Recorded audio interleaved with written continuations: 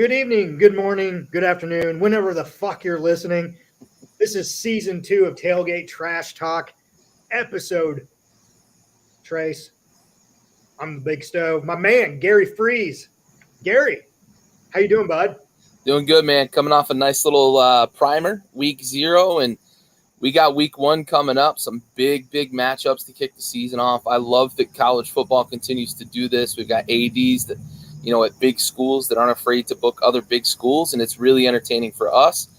And honestly, with the top 5 matchup we've got this weekend, we're going to learn a lot about a team that we had some question marks about last week in Notre Dame. So I don't want to spoil too much ahead of time, but I think this week 1, we're going to be able to see whether or not, some of these teams that are expected to be among the big boys are going to continue to be among the big boys. So we're getting ready to kick off week 1.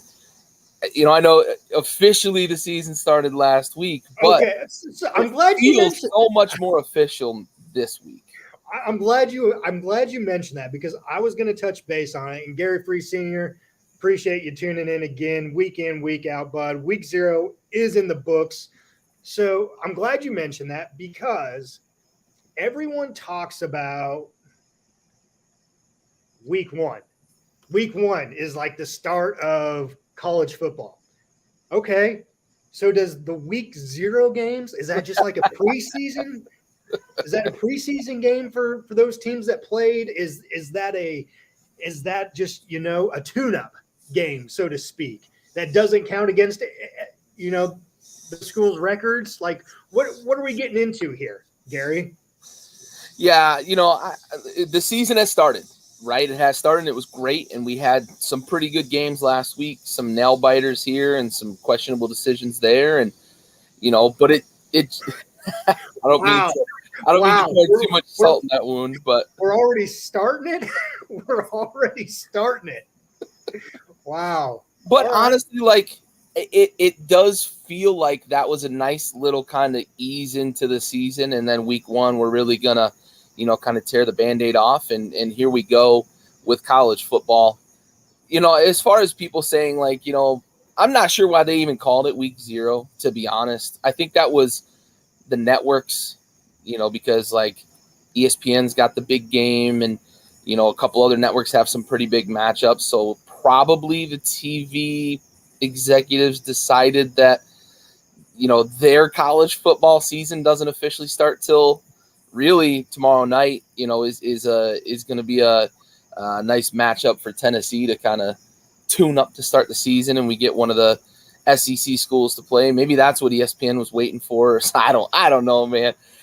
The season has started. I'm excited. I was excited to catch the games last week, but it does feel like there's a lot of fanfare about the upcoming weekend. Yeah, absolutely. And week 1 is typically the week where they highlight some big name games, some top 25 matchups, non-conference games, stuff like that, which we'll get to.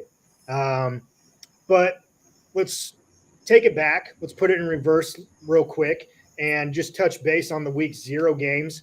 What games stood out for you last week that we talked about or that we didn't talk about? Yeah, I was paying attention to Rich Rodriguez is back as a head coach in the college ranks. He's not at a big time school like he has been in the past with his stint at West Virginia when they were uber successful. Michigan, of course, when he was up there, and then his time in Arizona, they got off to a decent start his first couple seasons, and then everything kind of cratered on him. So it's nice to see a guy like him back coaching. He is at an FBS or an FCS school, Jacksonville State, but they made a statement, honestly, in their opener of the season. They smashed a team that was ranked number 10 in FCS by 25, I believe, is what they were up by. It got rained out, so they didn't finish the game. They ended it after about almost 3 full quarters. So, but to me, it's a statement, and it tells me that if Rich Rodriguez wants to get back into FCS or FBS coaching, I think he's going to have the opportunity because he's clearly got something already going there with Jacksonville State, to make a statement like that to open the season for sure. Yeah. Jason, for Christmas this year, we're signed Texas A&M tickets. Now, Jason, appreciate you joining in again, bud. Really do. Rich Rog backing the coaching carousel there and getting that dub week 0. So I'll just go ahead and rip the Band-Aid off. Obviously, Nebraska fan here. Everyone wants to talk on Scott Frost and the decision-making of going for the onside kick when they were up 11 in the third quarter. But let me just put it this way, okay? Do I agree with it? I don't know. I would say no, but at the same time, I'm not in his shoes. I don't get paid the big bucks to make those decisions. The couple things that really stand out for me after that was they did it early on in the third quarter, okay? The offense for Nebraska scored 0 points the rest of the game. The defense gave up X amount of points. I can't remember the exact number of points that they gave up. Had to have been 14. They gave up 14 points the next 2 quarters, basically, and lost by a field goal. And Nebraska's defense could not stop Northwestern's run. And if you look back at a year ago, Nebraska ran it down Northwestern's throats. They ran for over 400 yards last year up in Chicago there against the Wildcats. And I said it last week. Be prepared for Northwestern to be better this year. It's, Pat Fitzgerald has a tendency to go from one bad season to a good season, and then back to a bad season, back to a good season. And his team is better this year than they were last year. Now, I did see a lot of good things come from Nebraska as far as the offensive side goes. I'll be the first to tell you I like Casey Thompson and what he brings to the table as a quarterback. And I said it last week, and I will say it again.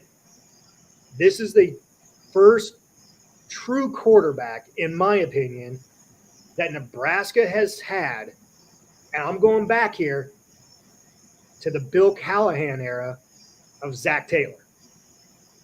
And so Casey Thompson comes in, first drive, throws a touchdown, beautiful ball. Receivers caught it. Palmer had a missed catch there, but towards the end of the game, though, you saw your receivers dropping balls as well. You can't do that. Okay, you can't do that. Was the onside kick a momentum turner? Yes, in my opinion, it was. But at the same time, your defense has to stop the ball. Your offense needs to put points on the board. Both those things did not happen the rest of the second half. And so that's where I think Nebraska lost in that game. Where Nebraska did win was the fans' stand, and they had a 2-story beer cup snake going on. And if anyone doesn't know, the internet went out there at the stadium, so everyone got free beer. And I tell you what, I saw a video of one guy. I swear, I think he had 3, maybe 4 drink carriers with 4 beers apiece. So at least 12, if not 16 beers, he was hauling up the stairs. So kudos to that man, right there. The real hero.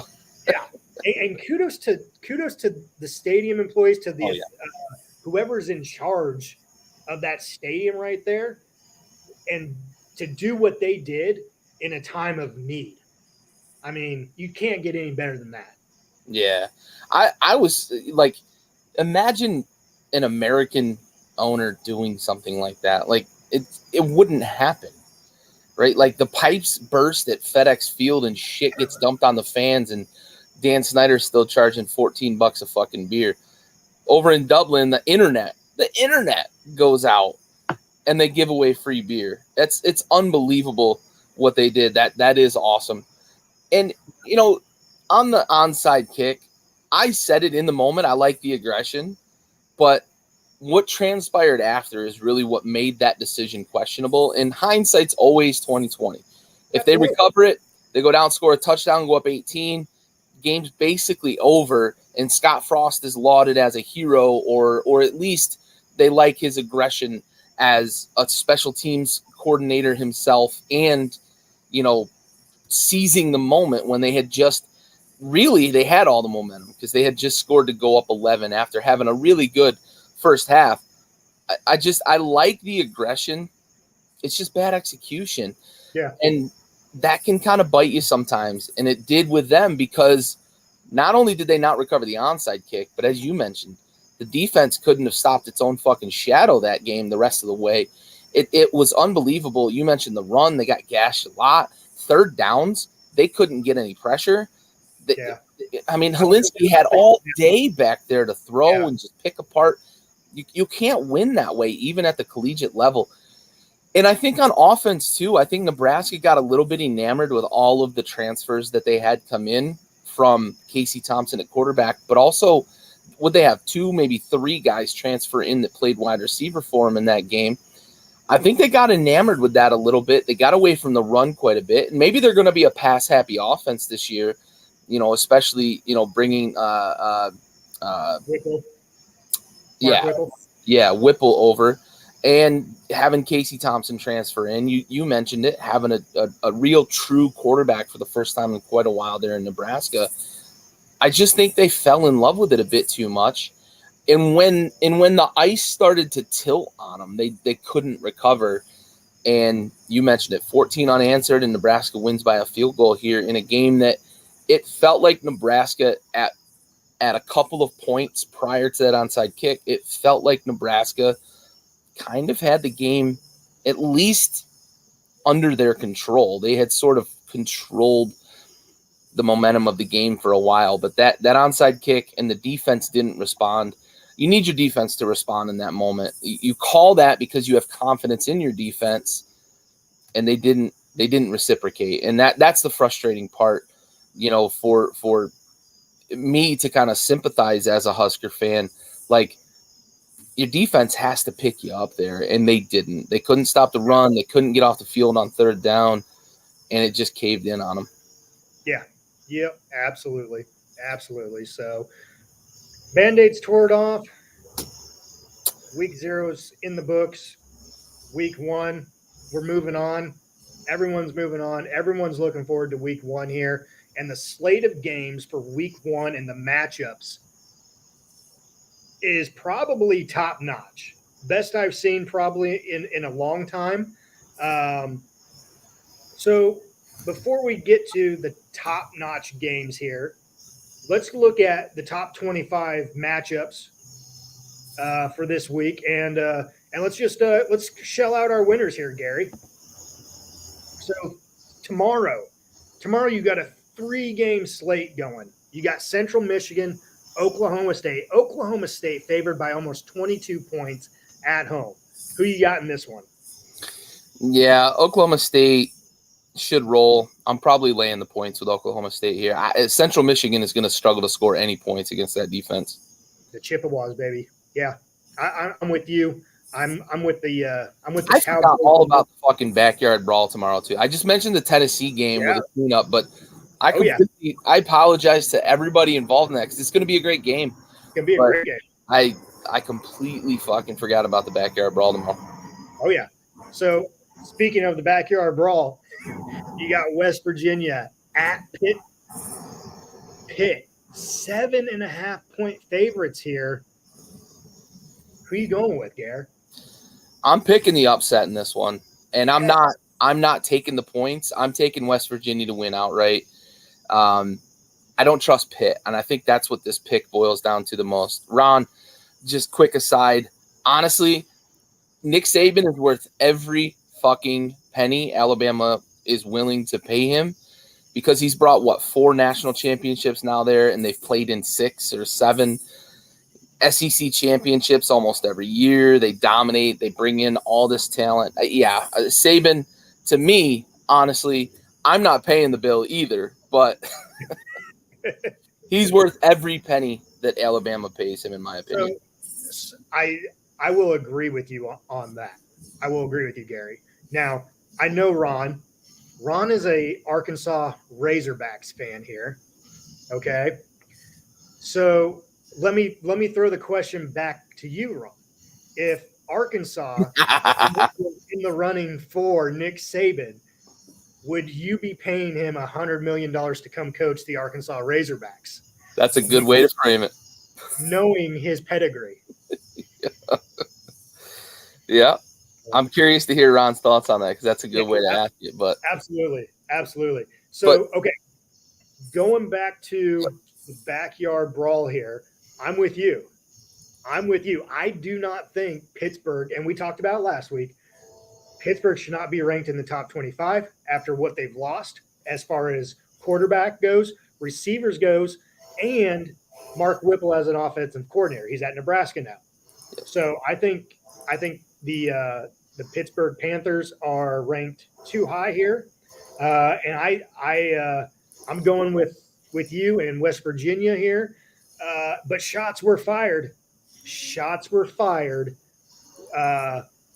With Slovis as the new quarterback for Pittsburgh in their little pep rally yesterday.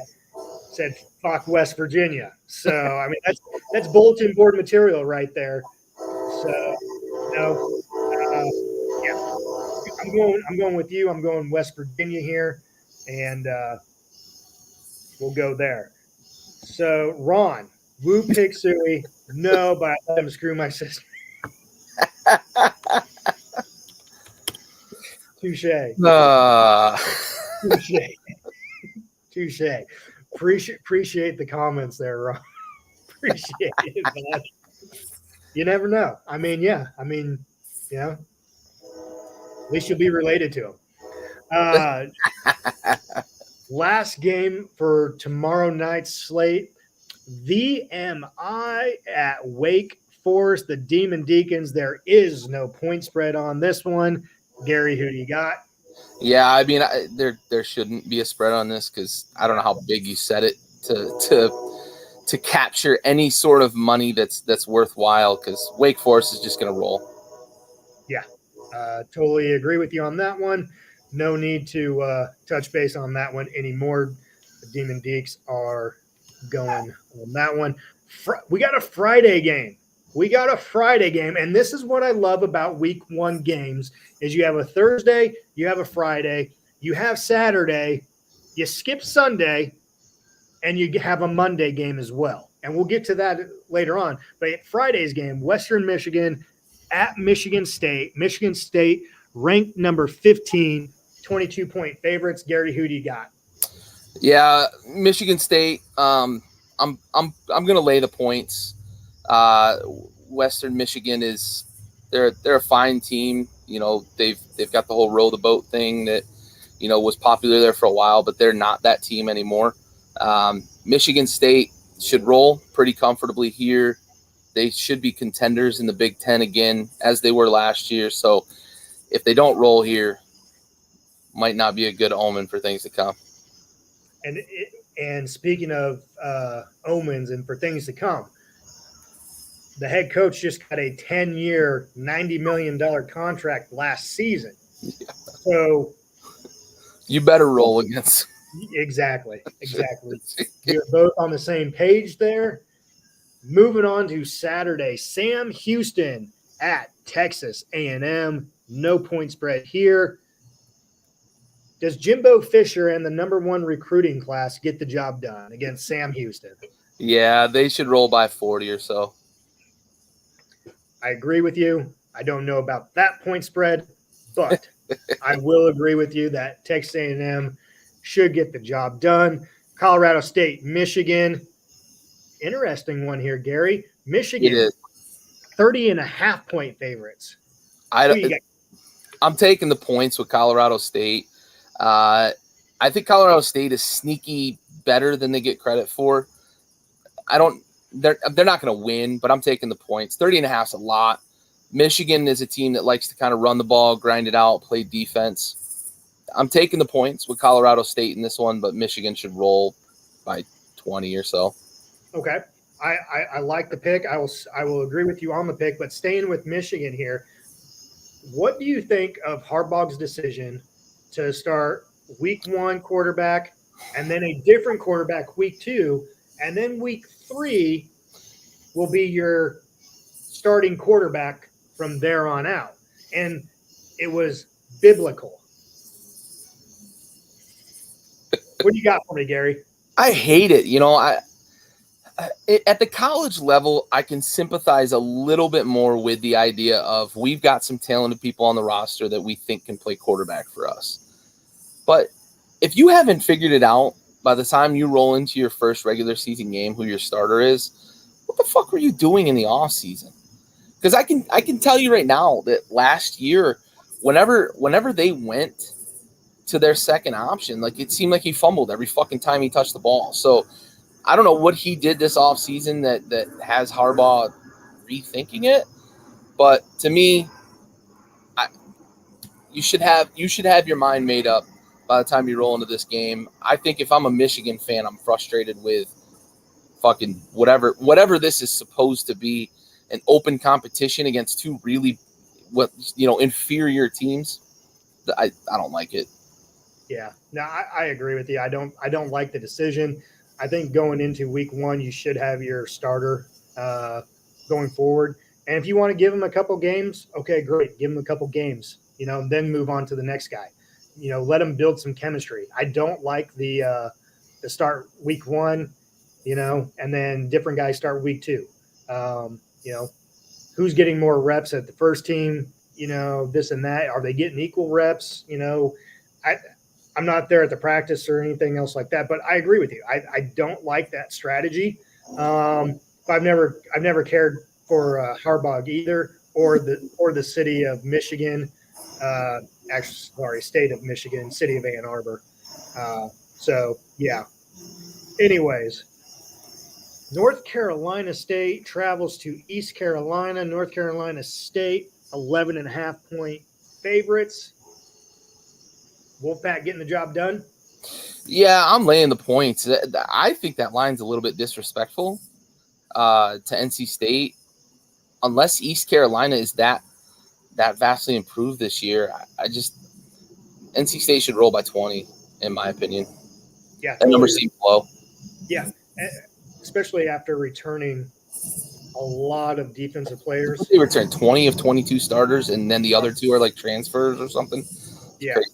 Crazy. Yeah. So, yeah, I agree with you. Disrespectful line right there. I'm with you. 3 tutties at least. Here we go. The first top 25 matchup.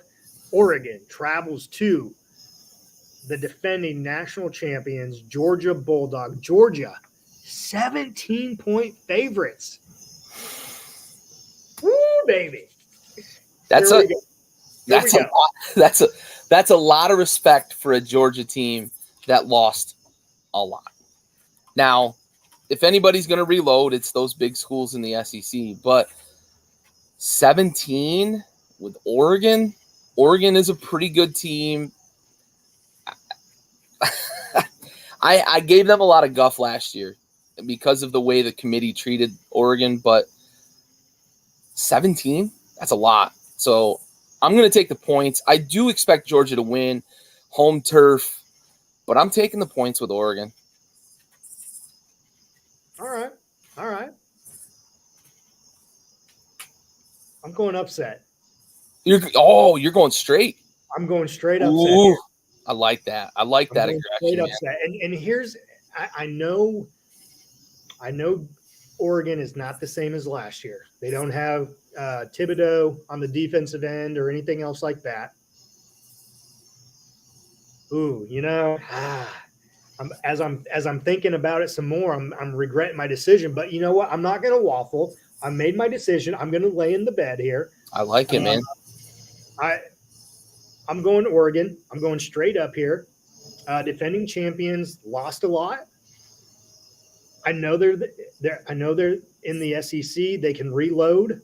What they have, like the third best recruiting class. They were top 5, and Yeah. I think they were like third or fourth, something like that. Yeah. I mean, they can just plug and play, with almost every position. I think they're going to have a little bit of that hangover. Yep. First game of the season against a top 25 opponent. They're ranked 11. I'm going Oregon here. I like it.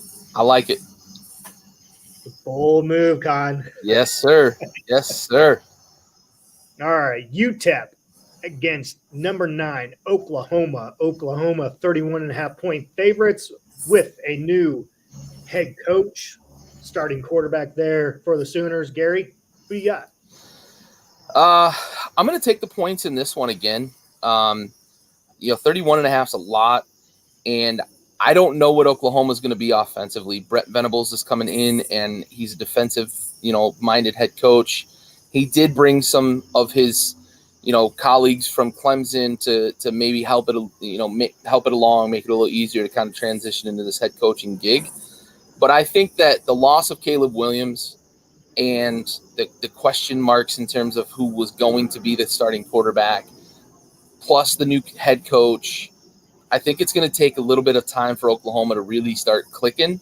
So I'm going to take 31.5. I'm going to take those points with UTEP, and it's a lot of points. It's a lot of points. It is a lot of points. Yeah. I'm with you on this one. It's a lot of points.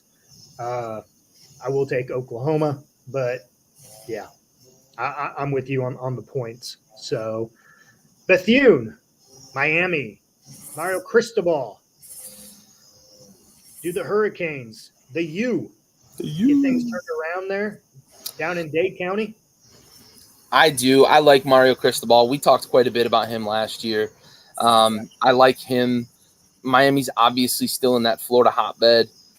It's still got the reputation and all that. So they had a really a good recruiting class again this year. They've started recruiting a lot better than they were for about 10 to 15 years when they were down. So I like where they're headed. They should roll in this game pretty big. I like Mario Cristobal getting a comfortable win in his debut here. Yep, I agree with you on that one. Cincinnati, Arkansas, your next top 25 opponent. Cincy coming off of the first group of 5 in the playoffs. 5 in the playoffs, traveling to SEC country with the Razorbacks. I'm curious if Ron's still listening here, if he has any worry about Bearcats coming down there to Arkansas and spoiling a home game for him. But Gary, who do you have? I will say this: I think that Cincinnati is Arkansas, and before you answer, yep. Arkansas 6.5-point favorites here. Yeah, and I think Cincinnati's in a good position. They were able to. They had a pretty good recruiting class. They returned a lot of guys. They lost some really talented folks to the NFL. But I worry about Arkansas. We've seen this from them in the past. They have one big season. It's a flash in the pan a little bit. When they had McFadden, or, when they had, was it Matt Jones there that was the quarterback that led them to quite a few wins, real big athlete. I worry that sustaining what they had last year, being such a surprise in the SEC, are they not going to be able to take people by surprise this year like they were last year quite a bit? I think I'm going to take Arkansas in this game because it's home. If this game was played up in Ohio, I might take Cincinnati in a nip-tuck field goal game. But I'm going to take Arkansas, but I think I'm going to take the 6.5 points with Cincinnati. I think it's going to be a real tight game. I think it's going to come down to a last possession, and Arkansas is going to win by, maybe a field goal. Okay. All right. I'm going to go with Arkansas as well here. And it's more so of the offensive side of the ball for the Bearcats. You don't have Desmond Ritter, and you don't have your top receiver either. And so I don't know who their backups are. I don't know who they plug in there in those positions that can make a significant impact on the offensive side of the ball. And so for that reason, I'm going with Arkansas, and I'm going at least 10 here. I'm going at least 10. Those are fair question marks because yeah, who is the guy behind Ritter, and is Cincinnati in a position where they can absorb losing an NFL wide receiver and be able to still score points on the offensive side? I think they're still going to be able to run the ball just fine. I think they're going to play good defense because that's who Luke Fickell is. But I agree with the concerns with Cincinnati. I have it as a closer game because I think I have a little less trust that Arkansas is going to be able to repeat what they did last year. Yeah. But I'm fully prepared because I love what they're doing down there, the mentality and how they are getting big up front and dominating the line of scrimmage. I'm fully prepared to eat my words on Arkansas if we get into week 6, week 7, week 8, and Arkansas is still 5-0, 6-0. So, yeah, I agree. All right, moving on. Houston, UTSA, the Roadrunners, Texas San Antonio, Houston, 4-point favorites. Gary, who do you got? Where's Aaron at to defend his team here? We need him. We need him because I'm taking the Roadrunners. Fuck yes, you are. Listen, I told you last week I didn't like Houston being in the top 25. Absolutely. And it's clear to me with a 4-point line for the 20, what are they, 20 or 20, 23, I think, ranked Houston Cougars here, and it's a 4-point line against the Roadrunners, who did get into the top 25 last year. So I don't want to sound like I'm disrespecting the Roadrunners, but it's clear to me that Vegas believes in the Roadrunners and probably doesn't believe in Houston as much as the AP does here, or the coaches with the coaches poll and the AP with their poll. I don't think Vegas believes in Houston. I believe in the Roadrunners, and I don't believe in Houston, and I'm in. Give me the Roadrunners here outright. I'm not taking the points. I'm picking them outright in the upset. Absolutely, I'm right there with you. Let's go. Awesome. Go Roadrunners. Troy, Ole Miss. Ole Miss favored by 21.5. Gary, see anything here? I'm going to lay the points in this one. I think Ole Miss is going to outclass them. I think Lane Kiffin is going to make a seamless transition from Matt Corral to a younger, fresher quarterback here, and I think they're going to be just fine on offense. And they returned quite a few guys from last year's team, so I think Ole Miss is going to hit on all cylinders early. I'm going to lay the points here. Absolutely. Good to go with you on that one. BYU, South Florida. BYU 12-point favorites here. Gary, I know we were talking about BYU last week. What do you think on this one? Yeah, this is another team I'm I'm less surprised that BYU is in the top 25 than I am Houston. Sorry for the airplane noise overhead. I'm trying to enjoy the weather out here, but I'm less surprised by BYU being a top 25 team than I am Houston. I'm going to take BYU. I'm going to lay the points, but I'm prepared for this one to be a sweat factory. I think they win by maybe 13 or 14. They're not going to easily cover the spread, but give me BYU covering here against a pretty inferior South Florida team. Yeah, I'm with you on both accounts, BYU, and, I'm saying by 2 tutties. Rice travels to USC. The Lincoln Riley era starts there for the Trojans. 32.5-point favorites. That's a lot of points. That's a lot of points. Rice is not a good team, and USC does have some talent on that roster, and Lincoln has the luxury of bringing Caleb Williams with him. If Caleb Williams is going to start his Heisman candidacy. It's going to be against Rice. If you're going to throw 5 tutties up on the board, 5-6 tutties here. Wow. I don't know about laying the points, though. I think I'll probably take the points with Rice here at 32.5. 5 scores is a lot for a USC team that has a lot of change and a lot of turnover. So give me USC by maybe 4 scores. 7 years ago.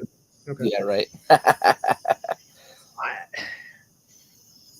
I can see the 5 scores against Rice, but I'm gonna go with you on this one. I'm gonna go with you. I like USC in this. Lincoln Riley era gets off to a dub here, but I don't think they cover. And time will tell.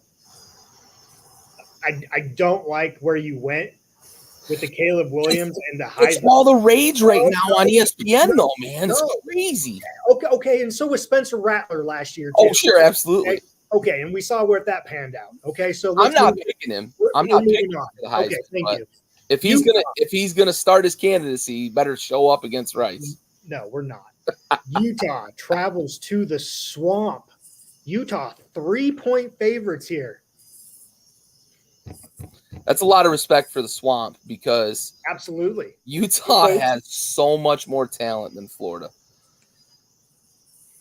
I'm laying the points with Utah. I can tell by the look on your face you might be going the other direction here. My thing, I wish a couple of my buddies that are big Florida fans were listening right now and tell me what they think, because I've been listening to it for the past 2 weeks from them, how Florida is, oh, fucking Utah's coming into the Swamp. They haven't been to the Swamp, this and that. No, I'm going with the Utes, baby. The Utes are traveling down to the Swamp, and they're gonna make a name for themselves, and they're going to solidify themselves in the Pac-12. That they just be an SEC school who, historically speaking, they should not beat. Give me the Utes, baby. Yeah, buddy. Give me the Utes by 13. Ooh, 2 scores. 2 scores. Nice. I like it. Albany, Baylor, no point spread. I don't think we even need to touch this one, Gary. Listen, I'm from upstate New York. Albany is sort of my neck of the woods. It is. And if you had asked me if Albany had a football team, I'd have had to think about it for a minute. And then went to the Google. Right. I probably would have had to Google it because the Great Danes are pretty good basketball. They're pretty good at basketball. They're decent at baseball, but football is not what the Great Danes are known for. So they're like the Yukon. Yeah. All right, so we're in agreement there, Baylor. So Illinois State, Wisconsin, no point spread here. No question. Yeah, no question. Wisconsin. Yeah. Miami, Ohio, travels to Kentucky. Kentucky, 16-point favorites. Gary, I feel like this might be a slight shade thrown at Kentucky here. It is weird, isn't it? Is Miami, Ohio getting Ben Roethlisberger back? I feel like it should be a bigger spread. So I'm laying the points in this one with Kentucky. They're home. Yeah. They're a team that I think deserves to be ranked where they're ranked, if not a little higher. Had a great season last year. And they're just building on that with the momentum. They had a good recruiting class too. And they return a lot of guys from last year's team that finished in the top 25. So I'm laying it. I think they win by 3, maybe 4 scores, probably somewhere in the 20s. They're going to win this game by. I'm with you on this one. Utah State travels to Alabama. There's a line on this one. So this is what's crazy to me, okay? You have this one, Utah State, Alabama. Alabama's 41.5-point favorite here. But yet you look at Albany and Baylor, there's no point spread. Illinois State, Wisconsin, no point spread. Bethune, Miami, no point spread. You say they're going to lose by 50, 60, 70? And yes, they will. And if you remember last year, the first game of the season, they started off slow. and then they just kicked it into high gear. Saban said something to them, and they kicked it into high gear, and they covered. He earned that $100 million. Yes. Yeah. So, Yeah. yes, I'm going Bama, and I am, yes, absolutely. 41's a lot, and I'm going to lay them all. Absolutely. Here's a good one, bud. Here's a good one. Notre Dame at Ohio State. Ohio State still a 17-point favorite. It was 17 and a half. Yeah. It went down 0.5. Who do you got on this one, bud? That is a big line for this game. But I'm gonna be honest with you. I get it because as we talked about last week, I think Notre Dame's a little overrated in the poll here. They shouldn't be the number 5 team in the nation, and I think we're gonna find out pretty quickly what Notre Dame's all about, what they've got with Marcus Williams at the helm. And I don't know what they've got at quarterback. I don't know what they've got at running back, and I expect that defense is going to be good, but dude, Ohio State, it seems like from the way they finished last year, being a disappointment, not getting in, losing to Michigan, I fully expect them to be on a mission this year, and it starts this week. I'm actually going to lay the points here. 17's a lot. I get it. Notre Dame should get respect, and I may sound like I'm disrespecting them. I just think that those two teams right now are at two different places. Ohio State's a team that's mad about last year and is going to be on a mission to recover this year.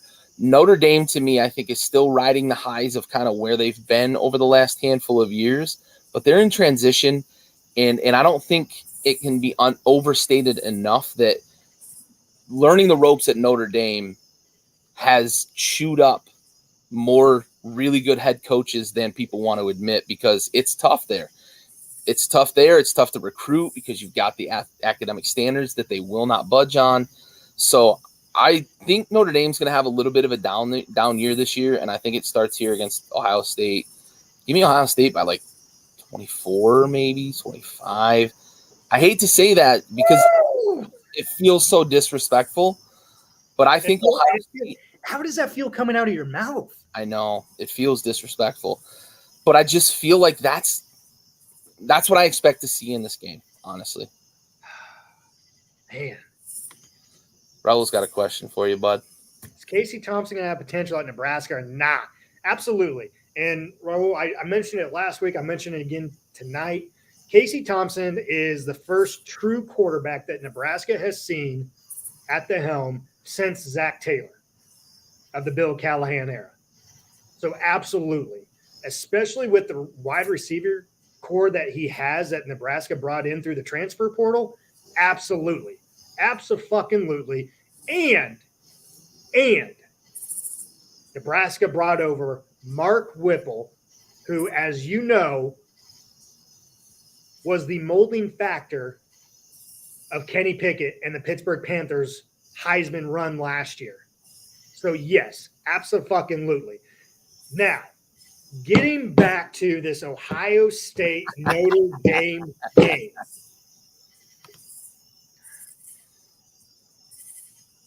Yes, I agree. I agree with you, Raul. I agree with you, Gary, that Notre Dame is not a top 5 team. I agree with you that Ohio State is the better team. I don't agree with you on your pick for the points or for the outright winner here. Oh, I am going Notre Dame Fighting Irish. Outright. The shoe. Gets his first W as a head coach of the Notre Dame Fighting Irish against the Ohio State Buckeyes. Week 1. I love that take. I love the passion about it. Here's the thing. If CJ Stroud, who was a Heisman, he was a Tailgate Heisman trash talk finalist last year.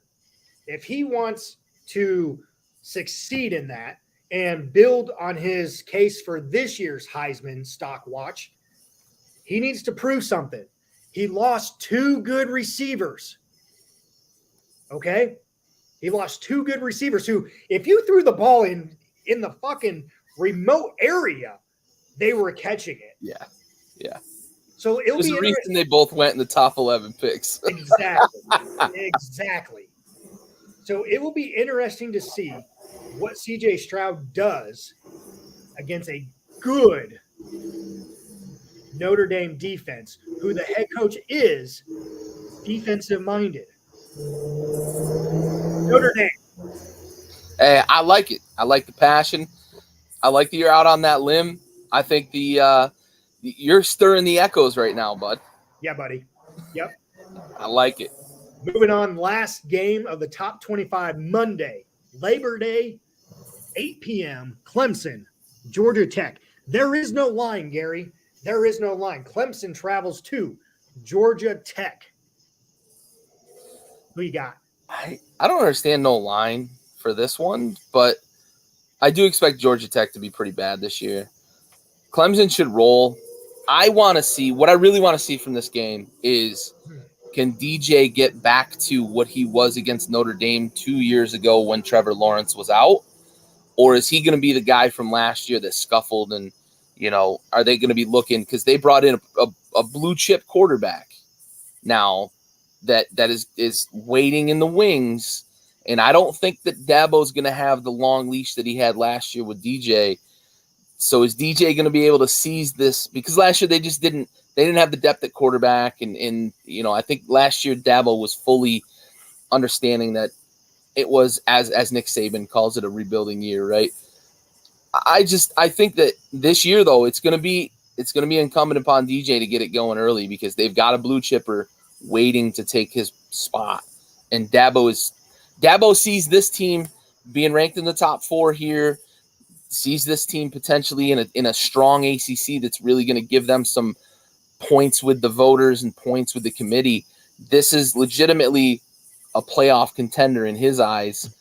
So DJ, I've got to see him come out against a really weak Georgia Tech team and play well, or we might be seeing some shakeup there in Clemson at the quarterback position this year. Gary,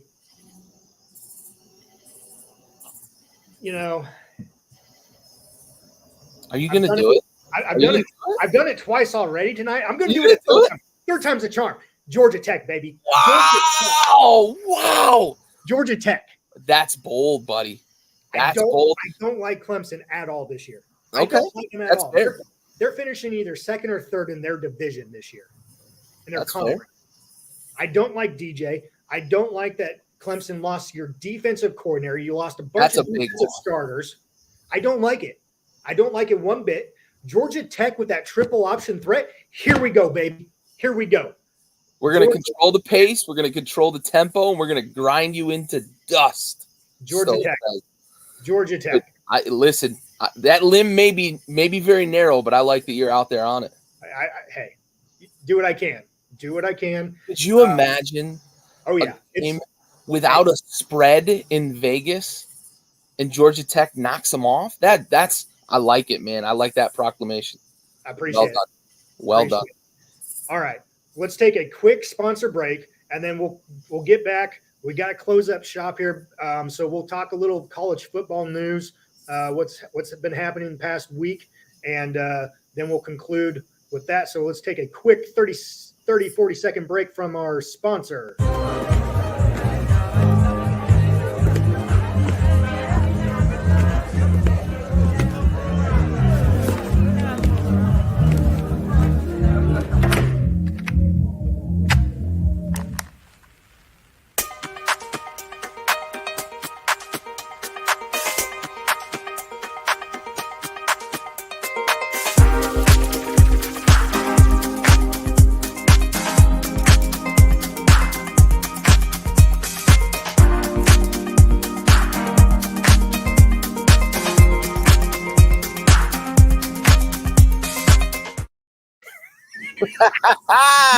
John made it back. All I'm right. back, bud. Appreciate you joining again. I may be high on crack tonight, John, but this is a gut feeling. I didn't like Clemson last year. You bring Clemson back, except with your defensive coordinator, who was a staple of that Clemson defense for the past 12 years. You lose defensive starters. I don't trust DJ. I don't trust him at all. I don't see what they have on offense. I'm going Georgia Tech on this one. Clemson played in so many close games last year against teams that they should have just annihilated. It wasn't even funny. Georgia Tech on this one, baby. Georgia Tech on that one. Here we go. I appreciate the comment, John. John, appreciate you watching, tuning in again, bud. We're here for season 2 for you, buddy. Okay, Gary, we're running out of time, so we won't touch base on the top games that we wanted to see. But I think we hit on them a little bit more in the top 25 matchups and everything else. So let's get to some college football news, and 2 things I want to comment on, and I'll leave the second one for the last one. South Carolina, yeah, GJ, and he might even be benched before that, to be honest with you. South Carolina, and I've been talking about him. I talked on him last week. I was high on him last week. So towards the end of last week, they had a mascot name change from Sir Big Cluck or Sir Big whatever, and then the internet went wild. They had Cluck Norris, they had Cock Commander, they had Cock-a-doodle-doo or whatever, and now they have settled on the General. Gary, what are your thoughts on South Carolina making a name change right before the season starts of their mascot? Yeah, I mean, Cock Commander would have been my choice, right? Would have been mine as well. Yeah, absolutely. Absolutely. But my first question was, is it sponsored by the fucking online insurance company? It is not. I mean, this whole thing with mascot names, some of them, it's cool. And I think it's something awesome for the fans. For me, on a national level, like, it's a ho-hum thing. If I was a Gamecocks fan, more so than just having an appreciation for Beamer Ball and some of the guys that have played at South Carolina previously, Steve Spurrier there for a while, like the old ball coach. It doesn't register too much for me. The General is fine, I guess. I would have liked a better play on the fact that he's a chicken with some of the names that the internet. Cluck Norris would have been fucking cool too. If you had a name like Cluck Norris, I mean, that would have been. It was wild for Chuck Norris. I mean, Cluck Norris. I mean, you're not going to lose a ball game. Right. Exactly. The chicken doesn't do push-ups; he does ground downs. Exactly. But yeah, I think they missed an opportunity. I get, like, reading kind of where the name comes from. I get it, right? The whole reason they're even known as the Gamecocks is for General Sumter, I believe, is who it is, and so they name him the General. But honestly, right, John, you're spot on. You're right. Yeah. All of the apparel that just says Cox on it, I think people make a deal out of that they fucking shouldn't. Like, get the fuck over it. Yeah, I agree. I would have liked to see them go with something a little more creative, though. Yeah, I totally agree with you. But nonetheless, Beamer Ball is in session. Beamer Ball will get the job done this week. That's my prediction. All right, moving on to the last thing before we conclude this episode, and I know we're running out of time, but I want to get your thoughts on this because this is a big one, okay? I know we haven't talked about it, but there was a bold statement put on last Saturday for game day. An SEC school will not win the SEC. Lee Corso said the SEC will not win the SEC. An SEC school will not win the SEC. So, Gary, let me put this out there. In all that ESPN has done in the shakeups of getting rid of talent that they should have kept and keeping talent that they shouldn't have, I know Lee Corso is a staple for ESPN Game Day for Saturdays. Is it time for LC to go? Yeah, and I know he's been less and less of kind of the face of Game Day in the last few years.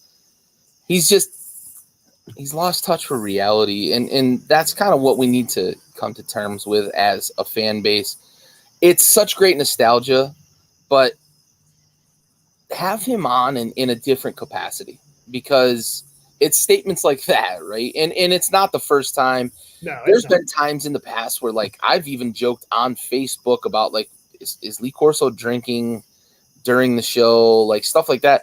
And I don't know that he does or doesn't, but he does feel like he's kind of losing touch with his faculties.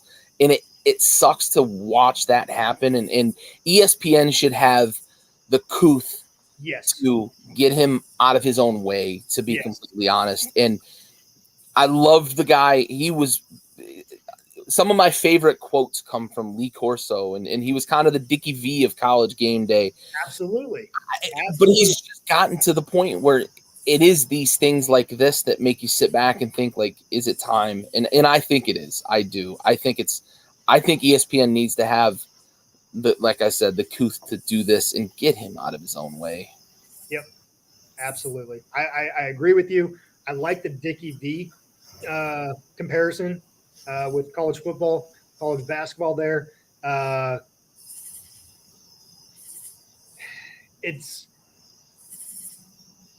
You saw it with, I can't think of the analyst's name from last year, who looked like he was just drunk on the sideline. They got him help. They got him out of there. I know we're running on time here. He's back now. Okay. Dickie V is at a totally different end of the spectrum here. And ESPN needs to do something about it. If they just do the headgear part of the show, I think this year be his final year, walk off into the sunset as you should. Awesome. But having the comments like there were on last Saturday's ESPN Game Day, it's not good. It's not good for his legacy, and it's not good for just the internet in general, because everyone just starts making a mockery of it, and that's what it shouldn't be like. And so we'll conclude on that for this week's episode. I know we're running out of time here. We appreciate everyone joining in tonight. We'll be back again next Wednesday, 8 o'clock Eastern Standard Time. Week 1 is this weekend, baby. My man Gary, catch us here in the next 30, 40 seconds on Rosenbaggers. You guys stay. Reset. That's right, buddy. That's right.